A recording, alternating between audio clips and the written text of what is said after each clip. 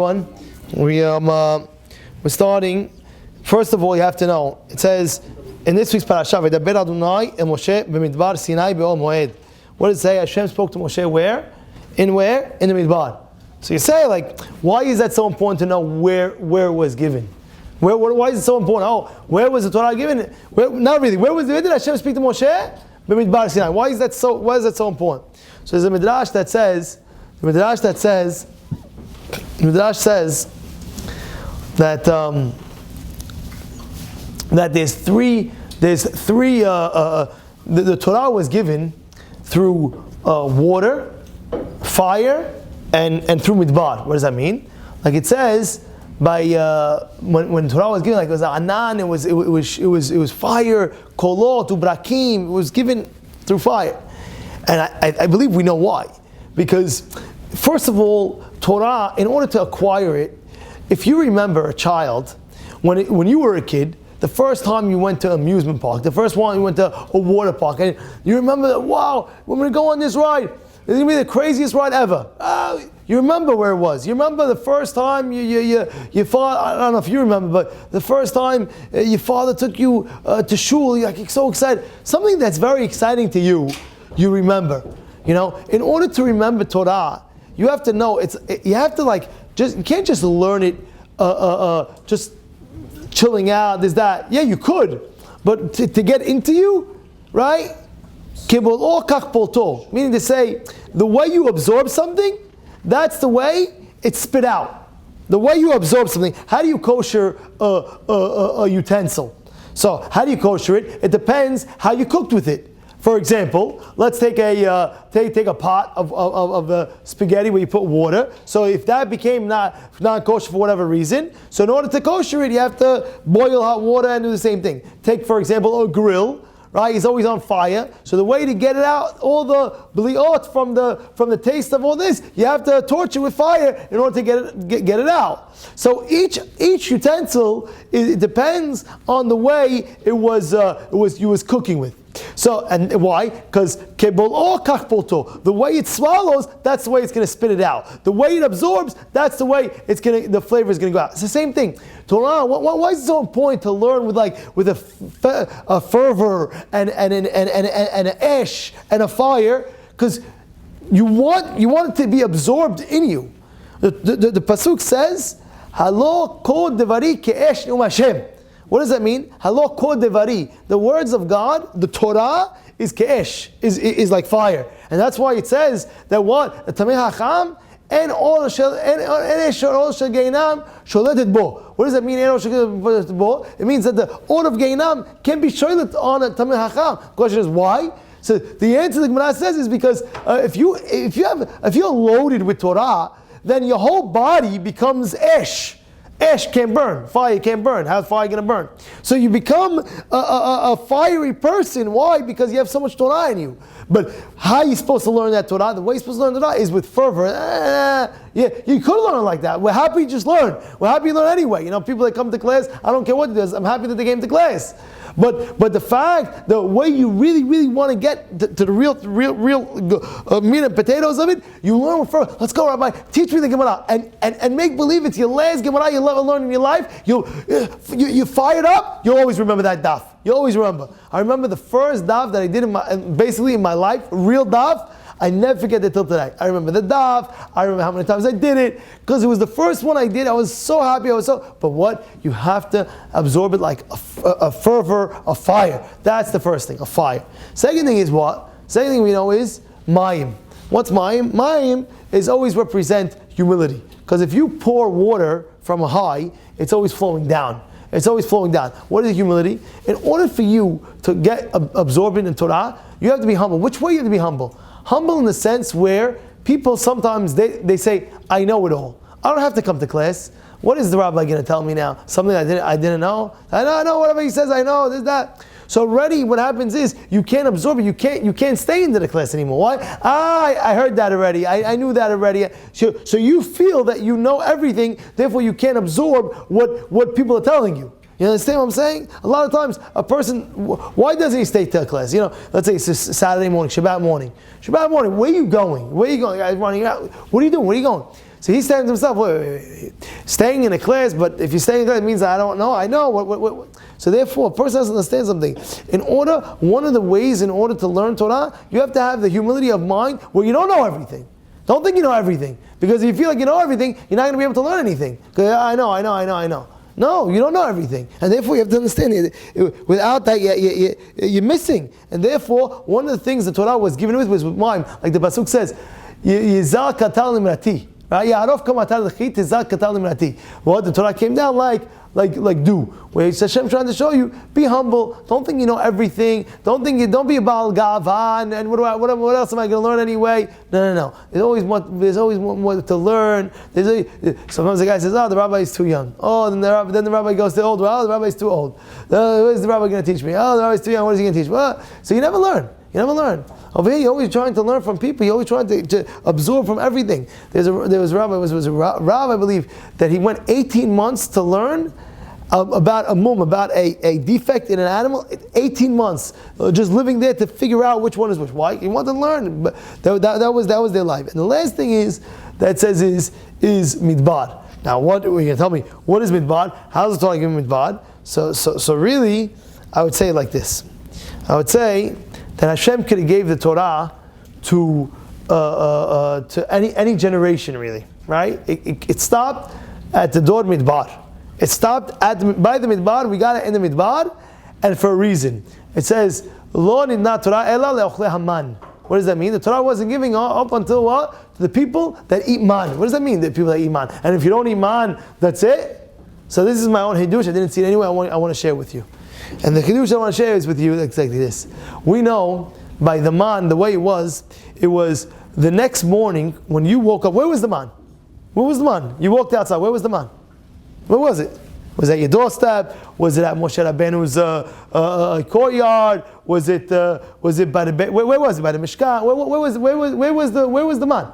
Huh, Joey? Where was the man? All your life, you don't know where the man was. You woke up in the morning, 40 years in the Midbar. Where was the man? Where you're thinking wherever you walk, that's where it was. It's not true. The man was based upon the level of your growth. Of your munah and your growth. Meaning to say, let's say a guy was a Rasha that night, he did Averah. So now the man wasn't outside. The man was much further out. Why? Because the guy already, he wakes up in the morning. Imagine how embarrassing that was. Imagine everybody looks at you, Sadiq, Josh, coming to class, is Sadiq, this, that. And all of a sudden you open up the door one day and the man is always by your doorstep. This time, sure, you're walking miles. The guy says, Josh, what are you doing here? Josh, what are you doing? What are you doing? And all of a sudden you bring the man. And now you walk back, now I know. It's embarrassing. So what is that teaching you? It's teaching you, what does it mean the Torah was only given, what was it to the Ochle Haman? You want real Torah in your life, you have to see where your growth is. Meaning to say, are you growing or you're not growing? Are you growing or you're not growing? That's really a barometer. It's a big barometer. People just free in life. Life is not a free-for-all. It really is not a free-for-all. You have to see where's your barometer in growth. And growth is a big thing, by the way. It's not just growth. Tamei Hacham, a person learning, is not just what you know. That's part of it. But part of it is, it's a package. What do I mean by package? There's Yirat Shamayim, there's Midot Tovot. What does it say? Baruch Meshalem Sachar Tov. Pray Hashem Baruch Meshalem. Hashem pays Sachar Tov, a great reward. What? What is the next word?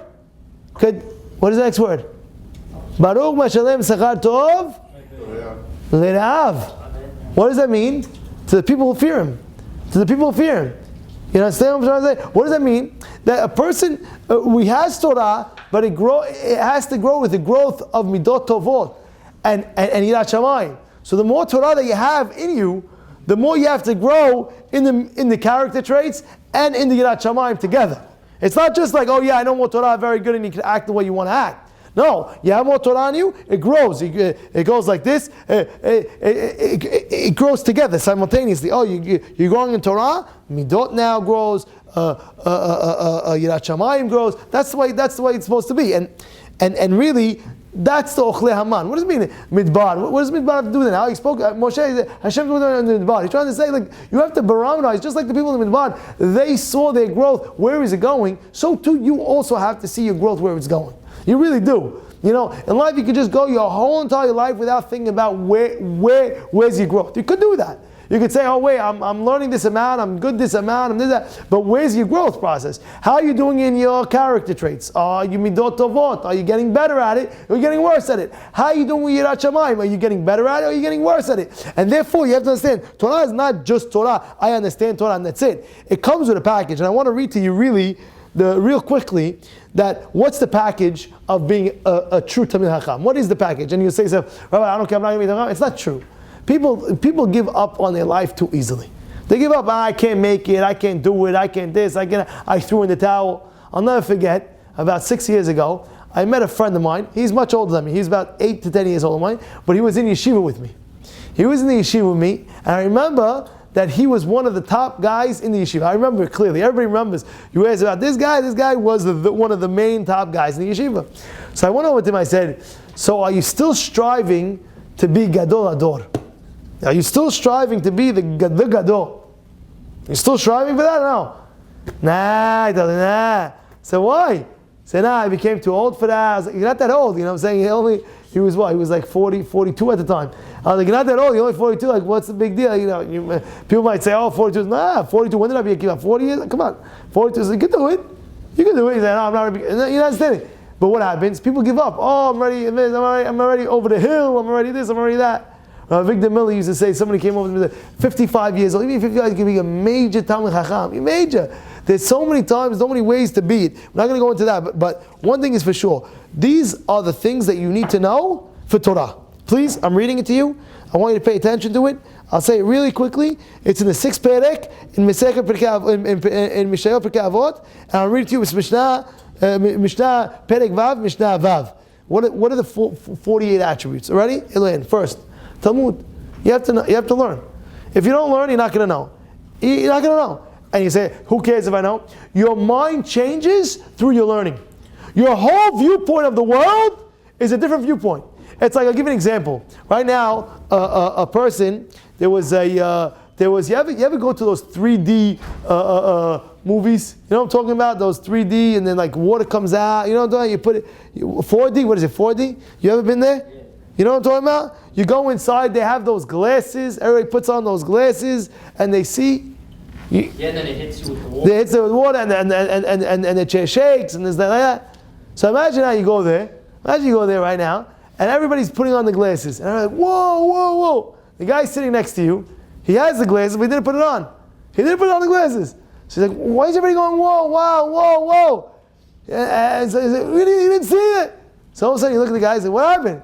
Oh, what happened with the guy? The guy never put on his glasses. So since he doesn't put on the glasses, he can't enjoy the show. Torah is the same way. Torah is, the more Torah you learn and you know it well, the more you'll view the whole world in a different light. You have different glasses. You have glasses of Torah. You have those 4D glasses where your whole life is a whole different life, by the way. In the beginning, your life was like this, that. Now you're wearing these 4D glasses and you're trying to see it through the light of the Torah. It's a different life. It's a whole different life. A person that has Torah in his life, like real Torah in his life, that he has it in him, the whole view is a whole different view completely. Really completely. Really. So therefore you have to put on those glasses. The first thing is Talmud, you have to learn. First thing you have to learn. Second, Mishmiat HaOzen. What's Mishmiat HaOzen? Also pay attention. Listen. Pay attention. Hidush, you're hearing a Hidush, pay attention to it. Barichat Sepatayim, moving of the lips. I open up your mouth, read, talk, there's that. Say it, because when you say it, it enters your ears, you absorb it even more. So you want to absorb it. Torah, you want to know. The Rambam, when he speaks about Olam Haba, and he says how you measured in Olam Haba, we know it's the Ma'asim Tovim, of course, your good deeds, and he says how much Torah of De'ah of Torah you know. He says the word of the De'ah that you know, so you have to really know it. B'binat HaLev, putting your mind into it, B'binat focusing, concentration. You know, you ever see, they always tell the guy, oh, your son has ADD, ADHD, and then you come home, he's playing a video game, and the guy is glued to it. You tell him, Jack, dinner's here, Yosef, dinner, Yaakov, dinner. That guy is glued. I thought the guy had ADD. He doesn't have ADD. It's like the guy had ADD. All of a sudden, at the end of the day, he's counting all the cash that he came in. Boom, 100, 200. The guy can't stop counting. Don't bother me. Shuts his phone off. Concentrate. What happened? I thought you have ADD. The answer is what? The answer is very simple, right? If you focus on something, nobody has ADD, because our human, the kochat, the strength that a human being has is beyond what you could even imagine. You think that you can't. You're totally wrong. You're totally off. You can create. You could accomplish great things. You just have to tap into your potential a little bit, just a little bit. You'll see how you fly, right? Right? What's be'ema be'yirah? With fervor. You know, I'm learning now. I want to get the daf. Let's go. Let's do it. Be'yirah, like interpretation. Ba'anava, you have to be humble. A person must be humble. What we said. What is it? What's the humility? Humility is you want to understand it from every person. Next, besimha. You have to be happy. Now, I want to tell you something about this for a second. What's besimha? You have to be happy. What do you have to be happy? You know, when you're happy and you're eating your food, your digestive system has a different digestive system when a person's eating and he's sad. Studies show, if you're eating your food, imagine eating, and the guy's upset about something. Something happened, he got a flat tire, he was driving, got a flat tire, and this, and he got whatever it is, he got a ticket, a flat tire, he couldn't find parking, walking to his house, all grouchy, and now he's eating dinner. Now he's eating dinner, right? The food, the fact that he has an upset mind, the food doesn't digest properly. Imagine. He says, what? Yeah. It affects everything. You think you're just getting upset and sad and this, that. You think it's just, You think you're affecting your whole digestive system. It's a wild thing. But now, on the other side, imagine simha, all the enzymes that's inside your body is digesting the food so properly because you're a happy person, you're a happy man, you're a happy lady, whatever you are, you have to have that simha. And it's the same thing with learning. You have to have the simha. You know what you're doing. I saw a guy this past week. He stops me. He's from Israel. He's a rabbi from Israel. He told me that when he was first learning, he started learning like young, but when he first learned, like 14, 15 years old, at that age where he started really getting into things, one of his rebbeim said, every Rashi that you understand, every pshat that you understand, you should have a tons, you should dance, be simcha. That's the way it is. That's the truth. That's the truth. Every small accomplishment, every nekuda, you have to be accomplished. So therefore, what? You have to have that simha. The Torah learning will be more digestive in your system. You'll be able to remember, but you have to have that simha. Now you're going to tell me, how do you have that simha? It's very simple. Simha is very simple. If you know you're doing what Hashem wants you to do, you're not going to be the happiest person. What does Hashem want from you? What does Hashem want? He wants everything from you. But one of the things is it says, Torah. Praise whether it's a male person that's learning Torah, and male in Torah, 12 in the Torah. What does it mean? You're giving Hashem nahat. Who doesn't want to make Hashem happy? So if you're learning and you make Hashem happy, you're not happy? Of course you're happy. So therefore you got to be happy. And again, that will digest the Torah and you're understanding even more. Betahara. What's betahara? Purity. What's it purity? Purity means purity. Whatever you could imagine what purity is, that's what it is. Purity. Why? Because you have to understand something. Torah is a being. What do you mean Torah is a being? Torah, imagine you have to, what is the Eshet Hayel? Eshet Hayel really, I told you this one time. Shlomo HaMelech wrote it. So one time a guy called me up, Rabbi, my husband's not singing me Eshet Hayel Friday night. They say Shalom Aleichem, they sing Eshet Hayel. He says Shalom Aleichem, but he doesn't say Eshet Hayel. He's getting me upset. He doesn't sing me my song. It's a true story. The lady called me up, Rabbi, I'm very upset. I said, what? He stops. He greets the angels, and when he comes to Eshet Hayel, he comes to greeting his wife, he doesn't sing the Eshet Hayel. Alright? So I called the guy over the phone, and I said, listen, you know, between me and you, Eshet Hayel is really speaking about the Torah. Eshet Hayel speaking about the Torah, how if you understand it, it's really about Torah. It's not about the woman, it's about Torah. The woman gets happy. Eshet Hayel, yeah, Eshet Hayel, Sheker Ahen, Hevel Ayov, Yishayrat Hashem Dalal. But really it's Torah. That's what Shlomo Melech wrote. It's Torah, all about Torah. And if you understand that the Torah is like an isha, Torah is like a wife. Like well, I remember when I was there was a famous story with what was it? Right? Jim House the story over? I forgot what it was. Oh, this week where there was a lady that came to Rav Shach and says, I feel like my husband's he's not with me, he's with the Torah. Says, yeah, he's with the Torah. He's like, he's cheating on me, he's going with the Torah. You know? Like it was like a real thing, like it was a real situation. Torah is like Isha. I'll give you an example. Rav Shimon Pincus says, what the Hadran alach Mesechah Hagigah, Hadran alach Mesechah, Hadran alach. So each single time, what are we saying? We're saying what? I'll come back to you, you come back to me, I'll know you, you'll know me. Right? We're going back and forth with that, right? So he says, what's the pshat? What are we doing over here? Torah is like a marriage. When you finish the Masechah, when you do it, you marry the Torah. It becomes part of it. And therefore, that being said, you have to know, you have to understand, if the Torah wants to be with you, it wants you to have the Torah. It wants you to be pure as well. Torah wants to be with you. It wants you to be pure as well. Shimush Chachamim. What's Shimush Chachamim? Sometimes you can learn a lot from just seeing a Tamei Hacham. Just watching him. Just going to him and seeing the way he acts. There was one time I had a Tamei Hacham in my house, Shabbat. He stayed by us, and just watching the rabbi and just watching him already, you see ideas that you never saw before. You see, he's not just talking. Why'd you do that? The famous story about Moshe Feinstein. Everyone knows the famous story about Moshe Feinstein when he picked up the bottle of milk. You know the famous story? Yeah, the J&J. He picked up one of the milks he picked up, and then he picked up the next milk. He picked up one, put it down, and then picked the next one and poured it. So the rumor was going out. Oh, Rabbi Moshe holds that this bottle, this company is not Halav Yisrael. And it was going around until it got to the owner of the company. Says that they're saying Rabbi Moshe Feinstein said that you're not Halav Yisrael. Why? It's me? No way. He went to Rabbi Moshe and said, I understand. He said, I never said that. So how come where did the rumor come from? And he's thinking, I don't know where the rumor come from. Then they figured out what happened. There was a guy over there. There was a bris. The guy over there. He was sitting by near Moshe, and he saw Moshe pick up the milk, put it down, and picked up the other milk and poured it. So it was a different company. One company pulled it down. The other company poured. So he's like, oh, must be he also does not have Yisrael. So Moshe came back. Oh, that's what it was. So why did you take it up and put it down? So because there was no milk in it. No milk. No milk. That's what it is. So he's like, but what Shimush Chachamim is real.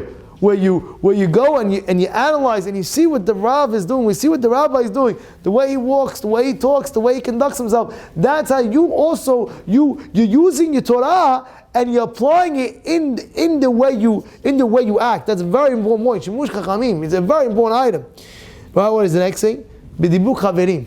Right? Pilpul Haverim, speaking to them, what do you think about this pshat? What do you think about that pshat? So people will tell you right away, I like it, don't like it. It's very, very, very important to get involved also as well. Pilpul Tamidim, Yishuv. What's Yishuv? Yishuv is Yishuv Adat. When you're learning, a lot of times a person learning, but he doesn't have clarity of mind. Why? He's expecting a phone call.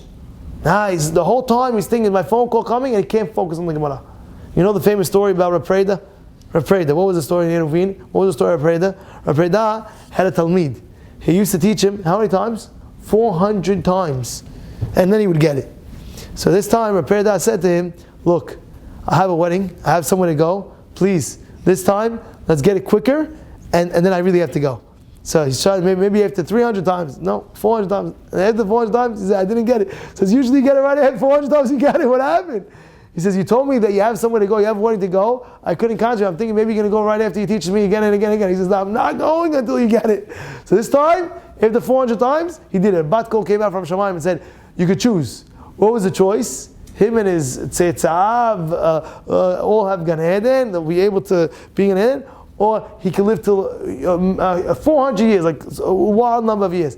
So he picked, of course, Gan Eden, and then he said, Hashem said, I'm going to give you both. You're going to get, so it's a big item, you know? So he's saying, what? He didn't have Yeshua Dat at that moment. Why didn't he have Yeshua Dat? He's thinking, thinking about a phone call, I'm thinking about this, I think I have to go, thinking about this, that. Yeshua Dat. When you're learning, that's it. The famous story with this fellow. Every time he would learn, he would focus that nobody was able to contact him. You know, Rabbi Yosef, he had a room, and he was learning in a shul, and they double locked the door. Like there's a lock outside, a gate, and then another door inside, and nobody has the room key except his wife, except the Rebinson. And there was no phone. He doesn't have a phone. No phone, no nothing. There's that. And one time Rav Shach came, and he wanted Rav Yosef. He came from Bnei Brak to see Rav Yosef from Yerushalayim. He wanted Rav Yosef to take over. So he literally came. Where is he? He wouldn't she didn't want to open up the door. She has the only key. She's the only one who has the key. Eventually she opened up the door. But the bottom line is, what's Yishuv Hadat? Complete mind. The rabbi, there was a guy sitting down, and his wife needed him. He said, look. Make believe when I'm learning, I'm dead. Nobody's around, that's it, finished. Make believe you're dead. Could you get the guy in the grave if he's dead? No. So make believe I'm learning, I'm dead. He's trying to say, you have full focus at that hour, that half hour, that 20 minutes, that time where you're sitting and learning, that time, Yishuv Hadat. I'm having clear.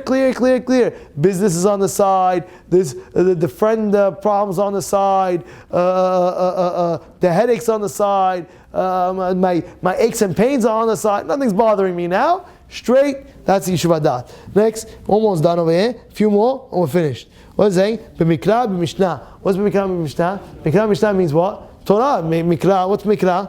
What's mikra? You have to know Tanakh. There's a Rashi that says, in order to be a Talmid Chacham, in order to be called Talmid Chacham, real Talmid Chacham, he has to be a Beki in the whole Tanakh. You know Rashi says it. You have to be Beki in the whole Tanakh. Yeah, Mishnayot, Bimut Sechora, Bimut Derech Eretz, Bimut Ta'anug. So all these things, Bimut Shena, Bimut Tzicha. I'll go really quick over here. What's mean Bimut Shena, Bimut Tzicha? Sometimes a person does have to talk. He does have to stop a little bit to just process things in his brain. Bimut Tzchok, not to joke around too much. You know, be serious. They say they had Rav Chanan Wasserman once. He had a chavruta that went to whatever. I'm not going to go. It was a wild case. But patience. Why is that important? Patience, because a lot of times the ones who are successful, right, the ones who fail right away are the ones who are like, I can't do it anymore. Baba Batra is too big for me. You have to go through Eruvin. You have to go through Yibamot. Too hard for me. No. Erech Apayim means have patience. If you're a guy that has patience, eventually you'll get there. Eventually, you have the patience, it'll go through. Believe to have a good heart. What's a good heart? You're happy with other people's success as well. That opens up your mind automatically. When you're happy, it also helps out. It helps your mind. B'emunat chachamim. Why is that important? Because if you have emunat chachamim, when the chachamim say one word of Torah is worth the whole entire universe, if you really have emunat chachamim with that, let's pump it up. Let's do it. Sometimes a person in life, it doesn't always go so easily, but what? He's mekabel whatever suffering he's having or pain he's having, whatever it is. When I broke my leg this year, my Rebbe called me up, says, where are you? I said, I'm home, my leg, this, that. He says, what do you mean? You have to go give shiurim. I said, what do you mean, Rebbe, my leg, you're not understanding my leg. He says, I understand. What do you think? All the Rosh Hashivas, Rosh Shmuel Birnbaum, when he went to go give a shir, he had a pounding headache. You think he didn't go? He popped the Tylenol, let's go, next shir. There's no such thing. You gotta go on. There's no such thing. Well, that's what he means. You gotta say, nothing's stopping you. Nothing's stopping you. Like if you see, they have whatever. I'll tell you after exactly about that. But nothing stops a person. A person he's accepting it. Let's go next. It hurts. It's pain. It's this. It's that. That makes a difference. You know the famous story of Rabbi Yosef? At the end of his life, he had a really really hard back pain, aching back pain. Very famous story. So what happened was the doctor came in later on. A different doctor came in to analyze the rabbi's back. And he walks in and he sees two people there. He sees a young guy, which was Rabbi Yoshev's grandson, and he sees Rabbi Yosef sitting over the Gemara like this, bending down, learning the Gemara. So he said, "Where's the patient?" So the grandson says, "My grandfather's a patient." He says, "It's impossible." He says, "Yeah." He says, "That's not it. That's definitely not him. Show me where the patient is." No, that's him. So why do you think it's impossible? He says, "Because I see the scan, and they send me all the tests, all the results, and all the pictures of the back. Through the scans, nobody can sit like that, like this, and learn like that. Impossible."